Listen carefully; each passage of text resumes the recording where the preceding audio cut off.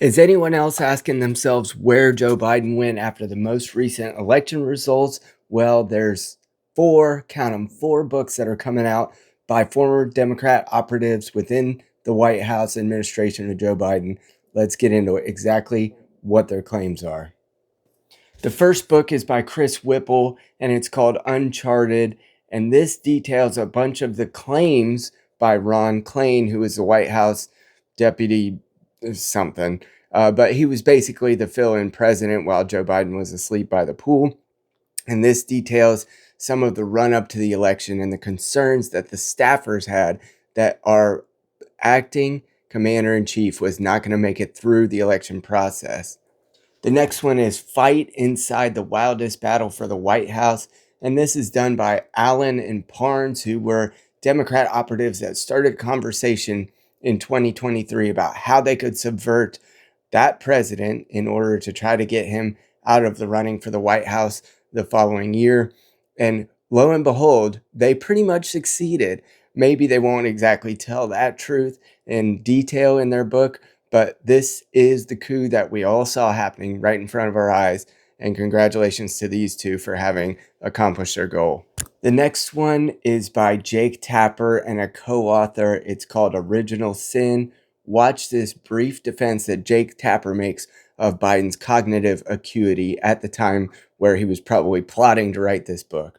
Very clearly a cognitive decline. Okay. That's what I'm referring to. It makes me uncomfortable. You are to watch somebody on stage this is so amazing. It's so amazing to me that try and figure out an answer. A cognitive decline. Well, when you're trying to tell me that what I was suggesting was I think that you were mocking his stutter.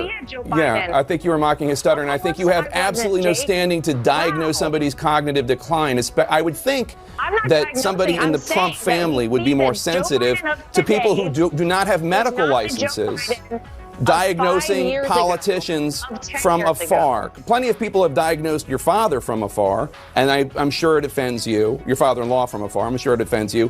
You don't have any standing to say. I'm not diagnosing him. What I'm saying, Jake, you just talked about a cognitive decline.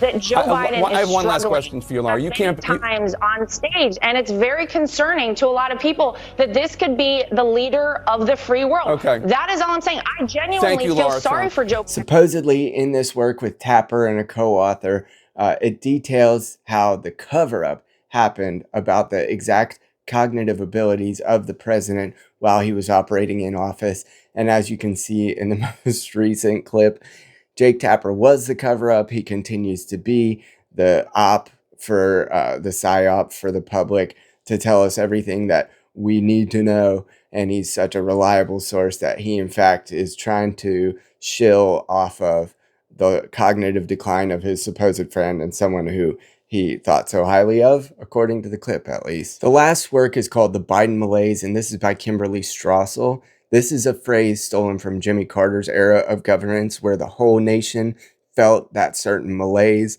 which kind of reminds me of mayonnaise because both of them are mediocre and disgusting.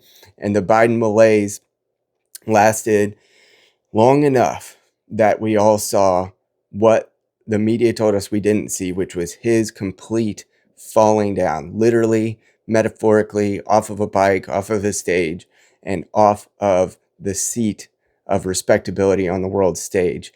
Now it is up to us to regain that mantle and look to the West in Europe, look to the Western civilization in the ways that type of governance, the Biden WEF World Economic Forum type governance, that's where it will take us. It will take us into a dystopian nightmare. So thank you, Joe Biden, for bringing in the current administration because we couldn't have done it without you. And it's a shame that it cost 13 American lives in Afghanistan, among many other marginalized people like those who chose not to take the jab. So thank you for being rude, and thank you for ushering in a new America.